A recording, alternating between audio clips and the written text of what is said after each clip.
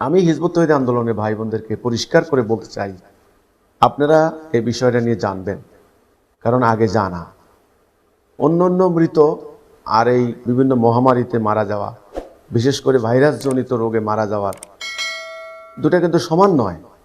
দুটা লাশ দাফনের প্রক্রিয়া সমান নয়। এই জন্যেই আপনারা জানেন, ওয়ার্ল্ড হেলথ অর্গানাইজেশন, আন্তর্জাতিক স্বাস্থ্য সংস্থার পক্ষ থেকে যে লাশ দাফন সংক্রান্ত বা সৎকার এর নিয়ম নীতি কয়েকটি দফা দেওয়া হয়েছে। সেটার অনুকরণে আমাদের দেশের যে স্বাস্থ্য সংস্থা যেটা ঘোষণা করেছেন সেটা আমি পড়েছি, আমি জাতিসংঘেরটাও পড়েছি, আর আমাদের সরকার প্রদত্ত যেটা সেটাও আমি পড়েছি।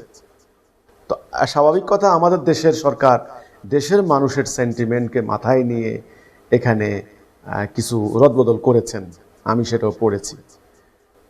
যে যে যেমন আছে, তায়াম্মুম করানো যাবে, গোসল করানোর কোনো স্কোপ নাই, তায়াম্মুম করানো যাবে, লাশকে তায়াম্মুম করানো যাবে, ওযু করানো যাবে। তো দেখুন, আমার কথা হচ্ছে কি,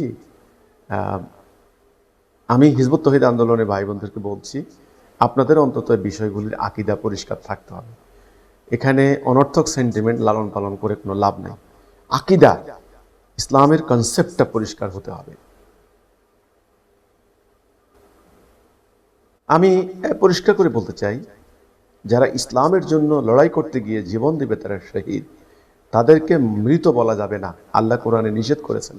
তারা জীবিত, বাল আহিয়াউ, তারা জীবিত, ওয়ালাকিন লা তাশউরুন, কিন্তু তোমরা বুঝো না। বাল আহিয়াউ, কিন্তু তোমরা বুঝো না তারা জীবিত। শহীদদের মৃত বলতে নিষেধ করা হয়েছে। সেই শহীদদের, ইসলামের ইতিহাস কি বলে, সেই শহীদদের বেলায় কি বলা হচ্ছে, তাদের কাফন নাই, তাদের জানাজা ছাড়াই, তাদের যেভাবে কাদা মাটি সংযোগ ছিল সেটা নিয়ে তাদেরকে দাফন করা হবে, সে রক্তমাখা দেহ নিয়ে। এমনকি একই কবরে, একই গোরে একাধিক শহীদের দেহ আপনার দাফন করা হয়েছে, একাধিক, একটা কবরে একাধিক। তাহলে কি হলো, কাফন নাই, জানাজা নাই, গোসল নাই। তাইলে কেন? কারণ যুদ্ধের মাঠে অনেকগুলি যৌক্তিক কারণও আছে, ওটা শহীদদের একটা মর্যাদা, এটা ঠিক আছে। আবার অনেকগুলি যৌক্তিক কারণও আছে, কারণ যুদ্ধের মধ্যে হাজার হাজার সৈন্য আপনার শহীদ হতে পারে। ওই অবস্থা যদি একেবারে সুন্দর মতো কফিনের কাপড় পরানো হয়, খুশবু লাগানো হয়, জানাজা দেওয়া হয়, দাফন করানো হয়, কবর খোঁড়া হয় এত ফিট বাই এত ফিট, তাহলে যুদ্ধ করা লাগবে না। তাহলে পুরো মাঠের মধ্যে শুধু জানাজা অনুষ্ঠানে হবে খালি। অত্যন্ত যৌক্তিক ইসলাম। তো এখন যদি ব্যাপকভাবে মহামারী আকার ধারণ করে হাজার হাজার মানুষের মৃত্যু হওয়া শুরু হয়, তখন কি করবেন?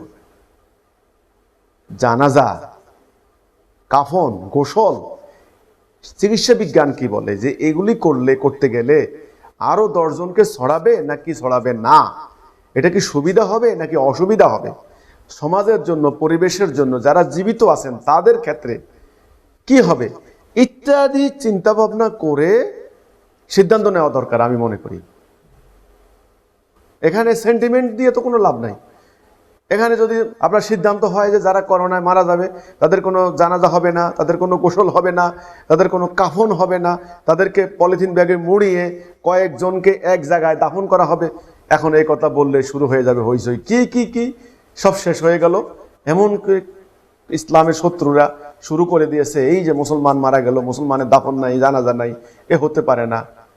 তো এটা তো একটা সেন্টিমেন্টের ব্যাপার না, সেন্টিমেন্টের ব্যাপার না। আজকে বাঁচতে হবে, বাঁচার জন্য কথা বলতে হবে। কে রাগ করলো, কে খুশ করলো, কে ফতুয়াবাজি করলো, দেখে তো লাভ নাই। আমাদের যারা ফতুয়াবাজি করেন, যারা ওয়াজ করেন, তারা কি করলেন? তারা 1 মাস আগে হুঙ্কার দিলেন হাজার হাজার মানুষের মাহফিল করে, এখন ঘরের মধ্যে ঢুকে ওই ফেসবুকের সামনে আবার ওই সরকারের সিদ্ধান্ত মানতে হবে, ঘরে নামাজ পড়েন, মসজিদে যাবেন না, এখন এ কথা বলেন কেন? সেজন্য আমার কথা হচ্ছে, ইসলামের আকীদা পরিষ্কার হতে হবে। কোনটা মুখ্য, কোনটা গৌণ, কোনটা বড়, কোনটা ছোট, কোনটা কখন কিভাবে করতে হয়, অল ডিপেন্ডস অন সার্কামস্টেন্স। ইসলামের একেবারেই অন্যতম নীতি একটা, সার্কামস্টেন্সের উপর সব নির্ভর করে, সব নির্ভর করে সার্কামস্টেন্স। এখন দেখা যাচ্ছে ডিসি সাহেবরা, এসপি সাহেবরা আমাদের প্রতিনিধিদেরকে বলেন, আপনারা আরে অন্য কথা বাদ দেন, আপনারা দাফন করতে পারবেন কিনা? কেন দাফন আমরা করব কেন? দাফন করার প্রক্রিয়া কি আপনারা জানেন না? একজন জেলা প্রশাসক তো একথা বলতে পারেন না। দাফন করার একটা তো আন্তর্জাতিক নীতি আছে, প্রোটেকশন সিস্টেম আছে, একটা নির্দিষ্ট সংখ্যা আছে, 4 জনের বেশি হতে পারবে না। পার্সোনাল পিপিই, যেটা পার্সোনাল প্রোটেকশন ইকুইপমেন্ট, এটা লাগবে। তারপরে পলিথিন ব্যাগ কিভাবে মোড়াইতে হবে, কিভাবে ধরতে হবে, খোলা যাবে না, একটা নিয়ম আছে। কিভাবে মেডিসিন ব্যবহার করতে হবে, গাড়ি কিভাবে নিতে হবে, কত দূর দূরত্বে থাকতে হবে। তো এগুলি তো সাধারণ মানুষ প্রশিক্ষিত না। সাধারণত স্বাস্থ্যবিজ্ঞানীর, স্বাস্থ্য ডিপার্টমেন্টের লোকেরা সেখানে থাকেন। আর এই প্রসঙ্গটা আগে আসতেছে কেন? আমার কথা হচ্ছে এই যে আমাদের ইমানের পরীক্ষা করার দরকার নাই। আমাদেরকে টেস্ট করছেন যে আমরা কি আসলেই কি সমাজের কল্যাণের নামছি কিনা। তো আমার কথা হচ্ছে এইটা, হিজবুত তৌহিদের ভাই ও বোনেরা, আপনারা খুব পরিষ্কার করে বলবেন এই প্রসঙ্গটা যেখানে আসবে, যে দেখুন অন্য সমস্ত লাশ দাফন আর এই করোনা ভাইরাসে আক্রান্ত হয়ে লাশ মারা যাওয়া, এই 2 দাফন সমান নয়। এখানে আলাদা একটা সিস্টেম আছে, আলাদা একটা নীতিমালা আছে, জাতীয় আন্তর্জাতিক নীতিমালা আছে। সেই নীতিমালা অনুসরণ করে প্রশিক্ষিত লোক লাগবে, যথাযথ প্রোটেকশন সিস্টেম লাগবে, সব মিলিয়ে সেটার জন্য করা হয়। সাধারণ মানুষ সেটা পারবে না। তাছাড়া আমরা মনে করি আমাদের প্রস্তাবনা হলো এই দাফন প্রক্রিয়াটা যেটা স্বাস্থ্যসম্মত হয়, যেটা খুবই বিজ্ঞান ভিত্তিক হয়, যেটা প্রয়োজনীয়, সেটাই করা উচিত আমি মনে করি। এটা হলো আমার কথা। কারণ আমি আল্লাহর দিন, সত্য দিনের আকীদা নিয়ে দাঁড়িয়েছি। আমি উদ্ভট কথা বলতে পারি না। আমি এমন কোনো কথা বলতে পারি না আজকে বললাম কালকে আমি তওবা করব। নো, আমি চিন্তা ভাবনা করে কথা বলতে হবে আমাকে। শহীদদের যেখানে যুদ্ধের ময়দানে কাফন নাই, গোসল নাই, জানাজা নাই, সেখানে করানো হয় না। ওই রক্তাক্ত অবস্থায় তাকে দাফন করা হয়। এটা হলো 1 নাম্বার। দ্বিতীয় হলো একই কবরে কয়েকজন শহীদকে দাফন করা হয়। কেন? এটা একদিকে তাদের মর্যাদা, হাসরের দিন তারা এই অবস্থায় উঠবে, 1 নাম্বার। 2 নাম্বার হলো অত্যন্ত যৌক্তিক। যুদ্ধের মাঠে এত ব্যাপক সংখ্যক শহীদ হয়, সৈন্যরা নিহত হয়, যদি দাফন প্রক্রিয়াটা এত দীর্ঘ প্রসেস হয়, তবে তাহলে যুদ্ধের মূল উদ্দেশ্যটাই ব্যাহত হবে। আমাদের হিজবুত তৌহিদের ভাই বোনেরা এই বিষয়টা আপনারা জেনে থাকবেন।